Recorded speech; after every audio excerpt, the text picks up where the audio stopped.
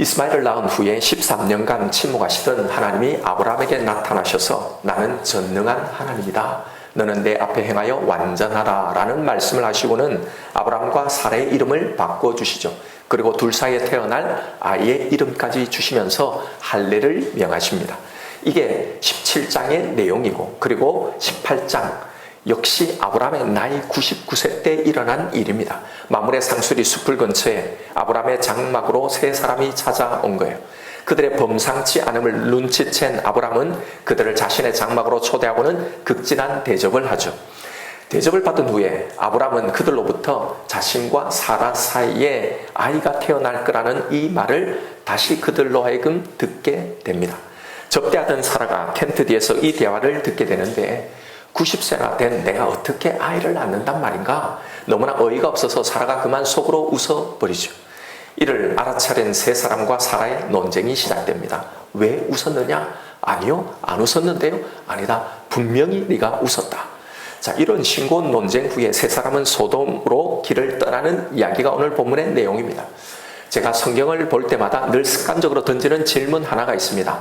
왜 이 사건이 기록되었을까 하는 겁니다.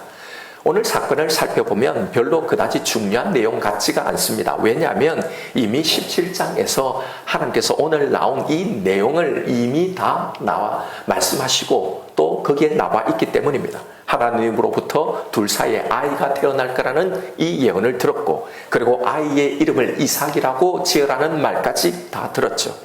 그래서 오늘 이 18장의 내용이 별 새로운 내용도 없는데 그저 사라와 웃었다, 안 웃었습니다, 아니 웃었다라는 이 싱거운 논쟁만 하다가 끝나는 거예요. 결국 사라의 자백도 받아내지 못하고 끝납니다. 웃어놓고 웃지 않았다고 분명히 거짓말을 했죠. 그런데 거짓말을 한 사라에 대한 그 어떤 징벌의 이야기도 없고 뭔가 이것에 대한 특별한 메시지도 없는 것 같습니다.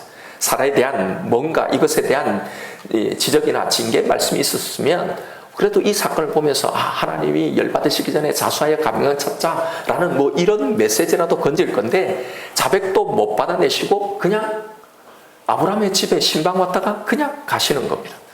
저는 이 사건에 웃음 논쟁이라는 별명을 붙여보았습니다. 도대체 하나님께서는 자백도 받아내지 못하시면서 왜 집요하게 사라와 이 웃음 논쟁을 하신 걸까? 왜 이 사건을 성경 저자는 따로 이렇게 기록해 놓았을까 하는 겁니다. 우리가 이 사건을 이해하기 위해서는 앞장인 17장의 내용을 먼저 조심히 잘 살펴봐야 합니다. 17장 1절에 보면 아브라함이 99세 때 여호와께서 아브라함에게 나타나셨다라고 나오는데요. 아브라함이 99세니까 18장 여기 이 사건도 99세 때 일어난 사건이니까 즉 17장과 18장 이 웃음 논쟁의 사건이 둘 다 거의 비슷한 시기에 있었던 이야기란 말입니다. 17장의 내용은 하나님께서 아브라함과 사라의 이름을 바꿔주는 내용이죠. 그리고 이삭이라는 이름도 지어주십니다. 18장의 이 웃음 논쟁 사건을 이해하기 위해서는 17장에 있었던 이 과정들을 유의 깊게 살펴봐야 합니다. 17장 15절부터 보시면 이야기가 이렇게 됩니다. 하나님이 또 아브라함에게 이르시되 네 아내 사레는 이름을 사레라 하지 말고 사라라 하라. 내가 그에게 복을 주어 그가 내게 아들을 낳아주게 하며 내가 그에게 복을 주어 그를 여러 민족의 어머니가 되게 하리니 민족의 여러 왕이 그에게서 나리라.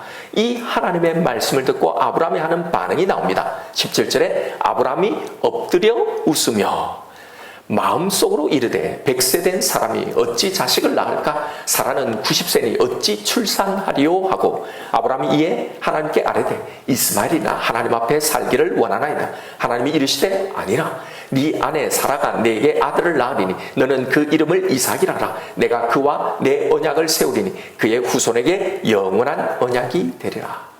자, 이 이야기 바로 앞에 5절부터 14절까지는요 아브라함의 이름을 바꿔주는 이야기입니다. 여러 나라의 압이라는 뜻의 아브라함으로 개명시켜주는 이야기가 나오고, 그리고 여기 방금 읽은 이 본문의 15절부터 19절이 사례를 여러 나라의 어머니라는 뜻의 사라로 바꿔주는 대목이죠. 그런데 17절을 보면 사례를 사라로 바꿔주는 이 장면에서 문제 장면이 나오죠. 아브라함이 엎드려 웃으며 여기에 웃다라는 이야기가 나와요. 여러분, 이 웃음은 무슨 웃음일까요? 예, 비웃음입니다. 불신의 웃음이죠. 이미 생리가 중단된 지도 한참이 지난 올해 이 90세의 사라가 무슨 열국의 어머니가 되겠느냐라는 조소 섞인 웃음입니다. 그런데 재미있는 건 그 앞에 자신을 여러 나라의 아버지라고 한 이 대목에서는 웃었다는 이야기가 없어요. 왜 웃지 않았을까요? 그것은 인간적으로 생각하면 가능성이 어느 정도 있다고 생각했기 때문이겠죠. 다른 젊은 척을 두든지 또 이스마엘도 이제 낳았으니까 가능할 거라고 생각했던 거죠. 그리고 실제로 이렇게 늙은 나이에 이스마엘을 낳기도 했으니 말입니다. 그러나 사라의 경우는요, 하나님께서 좀 오버하신 것 같다는 생각이 든 겁니다. 하나님의 말씀을 이렇게 철저하게 인간적인 생각으로 받아들이고 있다는 말입니다. 바로 이것이 우리가 믿음의 조상이라고 말하는 이 아브라함의 믿음의 실체입니다.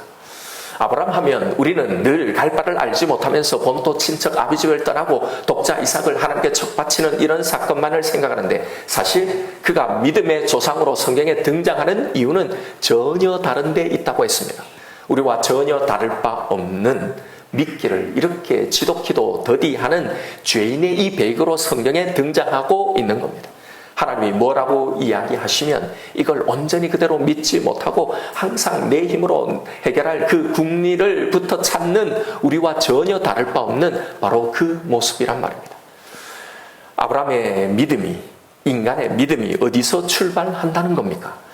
하나님에게서 나온다는 걸, 그 하나님이 그렇게 설득하며 이렇게 성장시켜 나간다는 걸 바로 이런 아브라함의 이 삶을 통해 보여주시기 위해서 그를 성경은 믿음의 조상이라고 등장시키고 있는 겁니다. 그래서 그는 오늘 이 이야기 속에서도 하나님의 이 말씀에 대해 하나님, 이스마엘이나 잘되게 해주십시오 라고 응수를 하고 있는 거예요. 여러분, 이 말의 의미가 무엇이겠습니까? 하나님, 이제 겨우 아내나 저나 이제 마음 다 잡아서 이렇게 살고 있는데 괜히 이상한 소리에서 또 우리의 속을 뒤집지 마시고 그냥 있는 것, 주신 것 이거나 잘 해주십시오, 이런 말인 겁니다. 하나님께서 아브라함의 이 웃음, 이 비웃음, 이 불신의 웃음을 들으시고 지어주신 그 이름이 바로 이삭입니다. 보십시오. 17장 17절에 아브라함이 엎드려 웃었어요. 웃자, 그 웃음을 들으시고 그 19절 그 다음에 바로 아니다, 네 아내 사레가 반드시 아들을 낳을 것 하시면서 그 아이 이름을 이삭이라고 하라고 지어주신 겁니다. 그렇게 지어주신 이 이삭이라는 이름의 뜻이 무엇인지 아세요? 바로 웃음입니다. 17절에 아브라함이 엎드려 웃었다라고 할 때 이 웃으며라는 이 히브리 말이요, 착, 웃다, 비웃다라는 뜻이에요. 이 아브라함의 비웃음을 들으시고 지어주신 그 이름이 바로 이 착, 이 웃다, 비웃다, 여기에서 유래된 말 바로 이착입니다. 이착, 이게 우리말 발음으로 이삭 이렇게 적어놓은 거예요. 즉 웃음이라는 뜻입니다. 히브리어로 그냥 이삭이라고 하니까 하나님과 아브라함의 이 대화 속의 뉘앙스가 전혀 전달되어지지 않는데요, 바로 이런 겁니다. 하나님께서 100세의 아브라함과 90세의 사라에게 아들을 낳고 니들이 열국의 아버지, 열국의 어머니가 될 거라고 말씀하시니까 그들이 키득키득 웃는 거예요. 그러니까 하나님께서 너 지금 내 말에 비웃었느냐? 웃었어? 그래, 좋다. 정확히 1년 후에 사라가 네가 비웃던 그 아들을 낳을 건데 그의 이름을 웃음이라 지어라. 바로 이 장면이에요. 너 웃었어? 그래, 좋다. 그의 이름이 웃음이다. 이런 거예요. 바로 이런 정황 속에 이 18장의 이야기를 살펴보아야 하는 겁니다. 왜 사라와 이런 싱거운 논쟁을 하시는지. 하나님께서 오늘 우리가 읽은 본문 18장에서 사라와 집요하게 웃음 논쟁을 하시는 데는 이유가 있습니다. 그 중요한 메시지가 바로 여기에 담겨 있는 거예요. 그것을 찾기 위해서는 오늘 본문 속에서 성경이 쓰고 있는 이 기가 막힌 수사학적 기법과 언어 유희에 대해서 우리는 세심한 주의를 기울이며 살펴보아야 합니다. 센스가 있는 분이라면 벌써 직감하셨을 건데 여러분, 그것이 혹시 무엇인지 아시겠습니까? 그건 성경이 지금 이삭의 이야기를 할 때 그 이삭의 이야기가 나올 때마다 항상 웃었다는 이야기, 즉 웃음이라는 단어가 계속 나온다는 겁니다. 17장 17절에 아들을 낳을 거라고 하니까 아브라함이 엎드려 웃었어요. 그래서 하나님께서 이삭, 웃음이라는 이름을 지어주죠. 또 18장 20절에 사라도 웃습니다. 사라가 속으로 웃고 웃음이 나오죠. 13절에 하나님의 말씀에 사라가 왜 웃으며 이르기를 15절에 내가 웃지 아니하였나이다. 아니다, 네가 웃었다. 이렇게 계속 반복적으로 웃음이라는 단어를 지금 쓰고 있는 거예요. 성경은 지금 웃음이라는 단어를 가지고 워드프레이를 하면서 아브라함과 사라의 이 믿음을 지금 꼬집고 있는 겁니다. 성경의 이 절묘한 표현을 좀 더 살펴보죠. 이 워드프레이의 절정이 있습니다. 바로 21장 30절의 말씀입니다. 여기서 이삭을 원어 그대로 웃음이로 번역해 읽어야 성경이 의도하는 이 수사학적인 의도가 더 분명해집니다. 여기에는 계속 이 단어가 계속해서 나오는 거예요. 3절부터 제가 읽어볼게요. 아브라함이 그에게 태어난 아들 곧 사라가 자기에게 낳은 아들을 이름하여 웃음이라 하였고 그 아들 웃음이가 난 지 8일 만에 그가 하나님이 명령하신 대로 할례를 행하였더라. 아브라함이 그의 아들 웃음이가 그에게서 태어날 때 100세라. 사라가 이르되 하나님이 나를 웃게 하시니 듣는 자가 다 나와 함께 웃으리로다. 계속 웃음, 이 이삭이라는 말을 쓰고 있는 거예요. 7절에 또 이르되 사라가 자식을 젖먹이겠다고 누가 아브라함에게 말하였으리로마는 아브라함의 노경에 내가 아들을 낳았도다 하니라. 여러분 여기 보면 앞에 아브라함의 웃음, 사라의 웃음과 또 다른 웃음들이 나오죠. 또 사람들의 웃음, 이 비웃음이 나옵니다. 누가 사라가 젖을 먹이겠다고 하느냐라고 사람들이 다 웃었다는 거예요. 내가 아들을 낳는다고? 내 남편 아브라함도 웃었고 나도 웃었고 이걸 들은 모든 동네 사람도 다 웃었다는 거예요. 그런데 여기에 놀라운 대반전이 전개됩니다. 여기에 6절을 다시 한번 보십시오. 여기에 웃음은 앞에 웃음과 전혀 다른 웃음이죠. 지금까지 나온 웃음, 그 비웃음이 아닙니다. 지금까지 바로 이 비웃음을 하나님께서 진짜 웃음으로 바꾸셨다라는 이 사라의 고백이 담긴 거예요. 6절에 사라가 이르되 하나님이 나를 웃게 하시니 듣는 자가 다 나와 함께 웃으리로다. 성경의 족장들의 이름은 그 이름이 내포하는 영적인 메시지와 의미가 있습니다. 아브라함과 사라가 자신들의 이 아들, 이 웃음이를 부를 때마다 여러분 어떤 느낌이 들었을까요?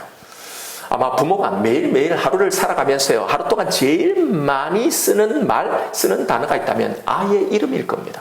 아이고, 우리 이삭아 이리 와라. 이삭아 밥 먹자. 이삭아 조심해. 이삭아 사랑해. 계속 이 아이의 이름을 부르죠. 여러분, 이 아이의 이름을 부를 때마다 아브라함과 사라가 과연 무엇을 느꼈을까 말입니다. 하나님께서 자신의 텐트에 찾아오셔서 말씀하시던 바로 이 사건을 기억했을 거란 말이에요. 그리고 그 하나님의 말씀을 그렇게 지독히도 믿지 못해서 그 말씀을 들으면서 키득키득 웃었던 그 자신들의 이 지독한 불신과, 그런데 그럼에도 그런 자신들에게 너무나 신실하셨던, 그래서 진짜 자신들을 웃게 하셨던 이 하나님의 신실하심을, 그 이름을 부를 때마다 매번 깨달았을 거란 말입니다.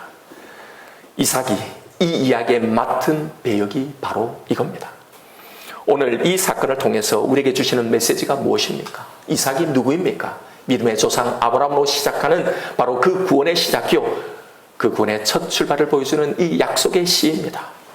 오늘 이 사건을 통해 성경은 하나님의 그 구원의 역사 속에, 하나님이 행하시는 이 모든 섭리와 모든 구원의 이 과정 속에 인간이 위치한 그 위치, 바로 인간 우리의 모습을 보여주고 있는 겁니다.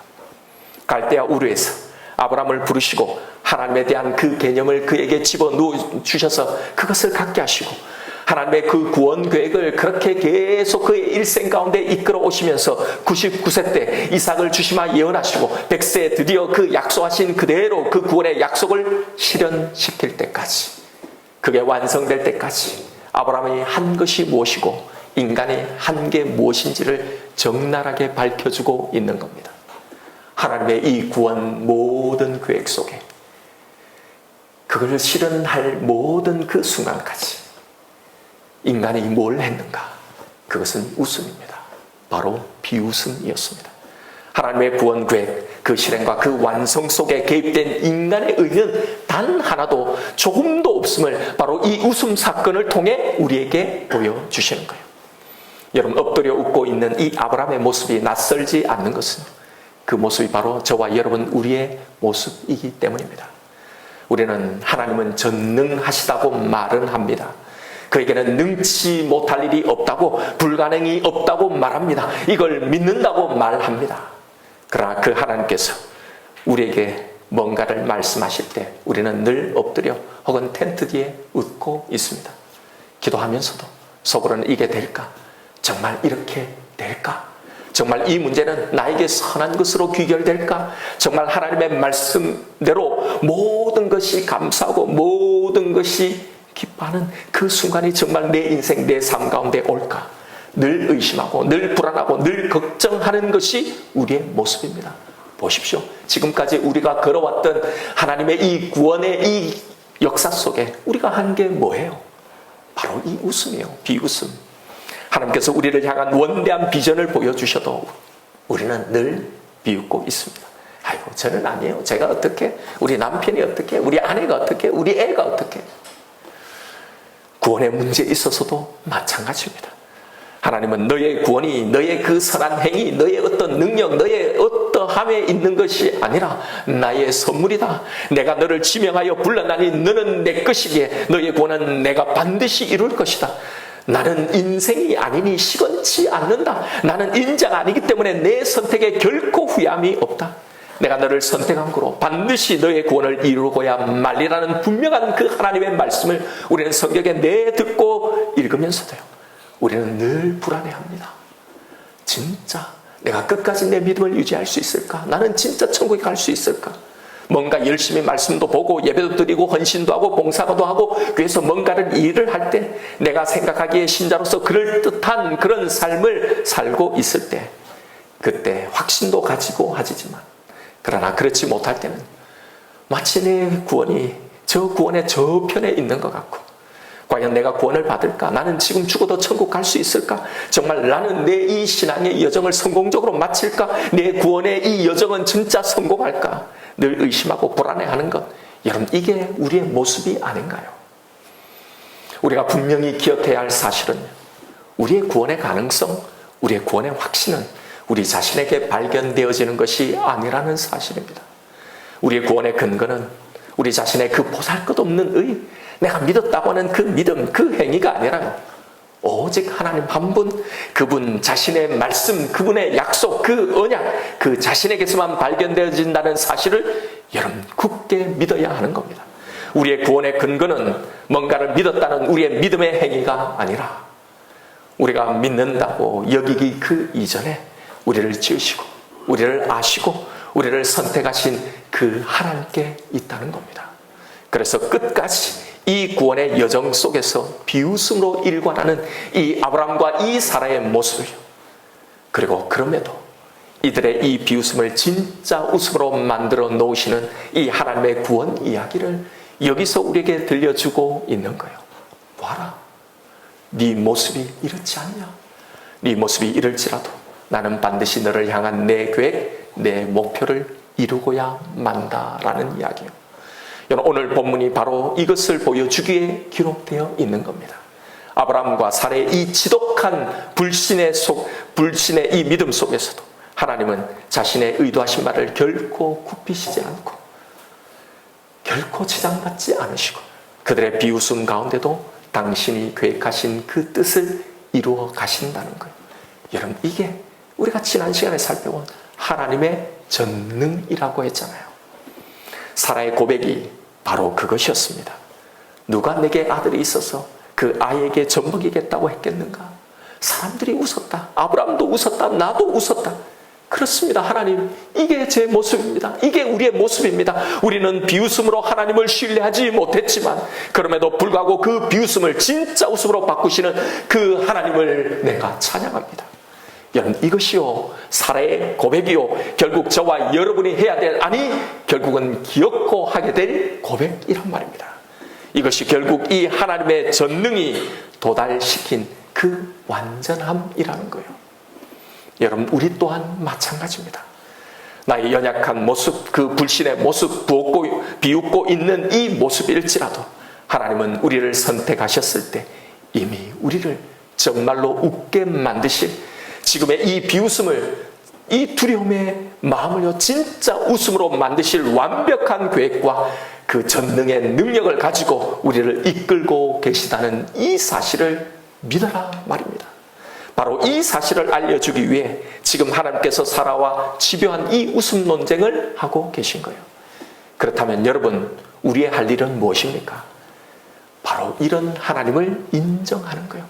이런 하나님을 신뢰하는 겁니다. 이 하나님의 전능을, 그런 그분을 바라보는 겁니다. 내 모습, 내 현재 상황이 아니라요. 이 믿음으로 하나님 앞에 나에게 주어진 내 삶, 내 인생의 길, 그 신앙의 길을 바로 그 전능하신 하나님 앞에서 걸어가는 겁니다. 여러분, 왜 우리의 신앙생활이 힘듭니까? 왜 우리의 신앙생활에 이런 웃음이 없고 이런 기쁨이 없는 걸까요? 자꾸 내 힘으로 뭔가를 해보려고 하니까 그런 겁니다. 하나님 앞에서 내 의를 좀 보여야, 그래야 뭔가 안심이 될 것 같은 그런 마음으로 신앙생활하는 거죠. 그런데 그게 충족이 되지 않으니 하나님 앞에 나오면서도 감격이 없습니다. 오히려 불안한 겁니다.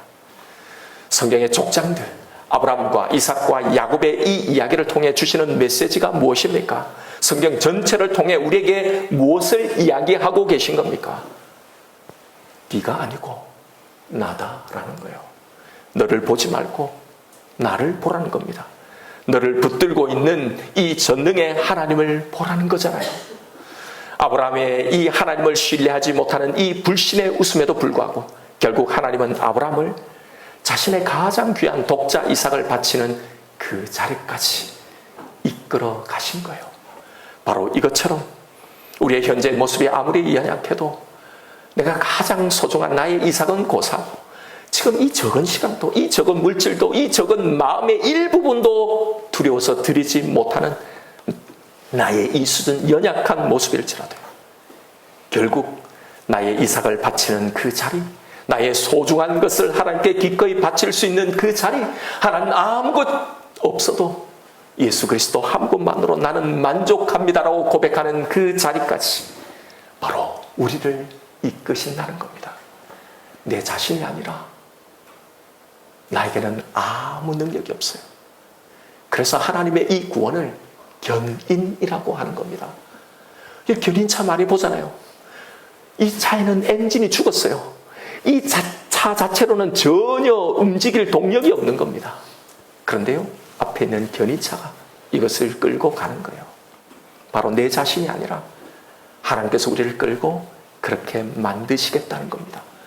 여러분, 이게 성경의 모든 이야기의 결론입니다. 사라와 집요하게 웃음 논쟁을 벌이시는 그 이유가, 또 이것을 기록하신 이유가 우리로 하여금 바로 이 고백을 하게 하기 위함입니다. 그러니 여러분, 지금의 내 모습을 있는 그대로 인정하십시오. 숨기지 마십시오. 회칠하지 마십시오. 포장하지 마십시오. 그대로 고백하십시오. 예배 나와서 하나님 앞에 설 때마다 고백하십시오. 예, 하나님, 저는 그래도 믿는 줄 알았어요. 믿고 있다고 생각했는데, 그런데 하나님, 여전히 저는 믿지 못하고 또 믿지 못하고 또 하나님의 말씀 앞에 엎드려 웃고 있는 이 아브라함의 모습, 텐트 뒤에 웃고 있는 이 사람의 모습이 바로 저의 모습입니다. 그러나 하나님, 이들의 진짜 이 비웃음을 진짜 믿음의 웃음으로, 진짜 하나님의 사람으로 만드신 이 하나님을, 이 당신의 전능을 이제 내가 붙들겠습니다. 이제 내 모습을 보며 좌절하고 의심하고 불안해하지 않겠습니다. 그걸 가리려고 숨기려고 포장하려고 하지 않겠습니다. 이 고백을 하는 거예요. 여러분, 이제 이 사단의 참소 앞에서도 이제는 그 정죄감, 죄책감에 빠지는 것이 아니라요, 담대하게 이야기하는 거예요. 그래, 나는 원래 그런 존재다. 그래, 네 말처럼 나는 구원받을 자격이 전혀 없는 죄인이다. 그러나 나는 그런 나를 의롭다 하시고, 그런 나를 진짜 웃게 하시고, 그런 나를 이미 구원해 주신 이 하나님의 전능을 나는 믿는다. 사단아, 물러가라. 당당히 여러분 외치십시오. 바로 이게 믿음입니다. 이게 하나님이 우리에게 요구하는 그 믿음인 거예요. 내 불완전한 이 문제에 대해서도 여러분, 오늘 주신 말씀을 붙드십시오. 여러분, 하나님 말씀 앞에 비웃지 마시고 이 전능의 하나님을 믿으십시오. 결국 지금의 이 문제에서도 우리는 진짜 웃음을 웃게 될 겁니다. 진짜 감사하게 될 것입니다. 이 모든 것이 하나님의 은혜라고 진짜 우리는 고백하게 될 것입니다. 그러니 여러분, 진짜 나를 웃게 하실 그 하나님을 붙들고 나아가십시다. 그 하나님 앞에, 이 전능의 하나님 앞에서 내가 걸어갈 이 삶을 걸어가십시다. 아브라함과 사라의 이 웃음을 진짜 웃음으로 만드셨던 이 하나님이 저와 여러분, 우리의 하나님, 나의 전능의 하나님이심을 믿고 이 신앙의 길을, 그 하나님 앞에서 담대히 걸어가시는 저와 여러분 우리가 되기를 주님의 이름으로 축원드립니다. 이 시간 오늘 주신 말씀 붙들고 우리 하나님 앞에 기도하십시다. 이 시간 내 모습, 내 믿음, 내 신앙을 한번 살펴보십시다. 나는 내가 과연 이 이삭을, 나의 이 이삭을 바치는 그 자리까지 나는 정말 갈 수 있을까? 나는 이 구원의 여정, 이 신앙의 길을 끝까지 성공으로 마칠 수 있을까? 지금 내 모습을 보면 전혀 아닌 것 같아서 또 불안하고 또 염려하면서 하나님의 말씀에 텐트 뒤에 웃고 있지는 않습니까? 하나님의 말씀에 또 엎드려 웃고 있지는 않습니까? 하나님께서 우리 보고 웃었다고 이야기하십니다. 아니야, 너 웃었어. 나를 믿고 있다고 하면서 너는 웃고 있어. 그런데 그런 우리를 보고 또다시 말씀하십니다. 그래, 너의 이름은 웃습니다. 나중에 보자. 정말 너의 이삭을 그 바치는, 너의 가장 소중한 것을 바치는 그 순간에 너는 진짜로 웃을 것이다. 하나님께서 지금 이 이야기를 우리에게 들려주고 계신 겁니다. 이 시간 여러분, 이제 내 모습, 내 상황, 내 능력, 내 가능성을 보지 마십시오. 그걸 붙들고 그것을 가지고 내 구원을 확인하고 내 안전을 점치지 마십시오. 내 모습을 보면 너무나 실망스럽고 답답합니다. 절망하고 좌절할 수밖에 없습니다. 그러나 여러분, 나의 현재 모습을 보지 말고 오늘 나에게 말씀하시는 이 하나님의 말씀, 이 언약을 붙드십시오. 나를 붙들고 계신 나에 대한 완벽한 계획과 그것을 실현시킬 그 전능의 능력을 가지고 계신 그 하나님을 바라보십시다. 그로 인해 소망의 신앙생활, 기쁨의 신앙생활, 진짜 하나님 앞에서 웃는 그 신앙생활을 회복하십시다. 이 시간 이렇게 기도하십시다. 하나님, 내 모습, 현재 내 답답한 모습, 숨막힐 것 같은 이 상황을 이제 보지 않겠습니다. 나를 붙들고 계신 그 하나님의 전능의 손만을 바라보겠습니다. 모든 것에 있어서 하나님은 나의 가능성이시고 나의 전능이십니다. 이걸 믿으며 나아가겠습니다. 이 시간 오늘 나에게 주신 말씀이 있을 거예요. 우리 이 말씀 붙들고 하나님 앞에 기도하며 나아가십시다. 사랑의 아버지,